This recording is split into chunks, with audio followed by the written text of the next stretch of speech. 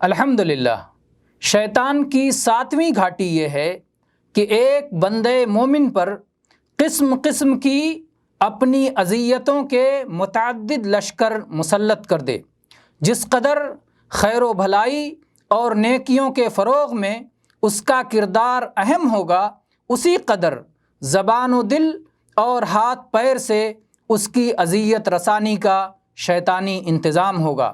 جس قدر اس کا درجہ بلند ہوتا جائے گا، اسی قدر شیطان اپنے جنگجو دستے سوار اور پیادے لے کر اس پر حملہ آور ہوگا، اپنے جملہ معاونین اور سارے مددگاروں کے ساتھ اس پر چڑھ دوڑے گا۔ اس گھاٹی میں شیطان سے اذیتوں کے نجات کی کوئی تدبیر نہیں ہے۔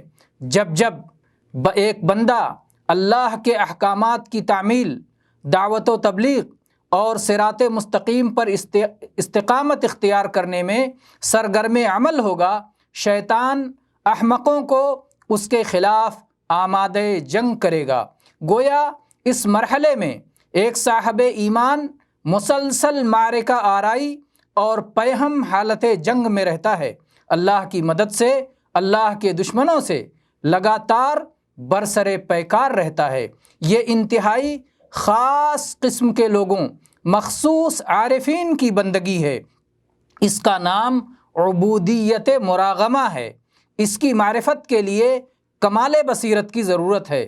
حقیقت یہ ہے کہ اللہ تعالیٰ کو اس بات سے زیادہ کوئی بات محبوب نہیں ہے اور اس بندگی سے زیادہ کوئی اور بندگی محبوب نہیں ہے۔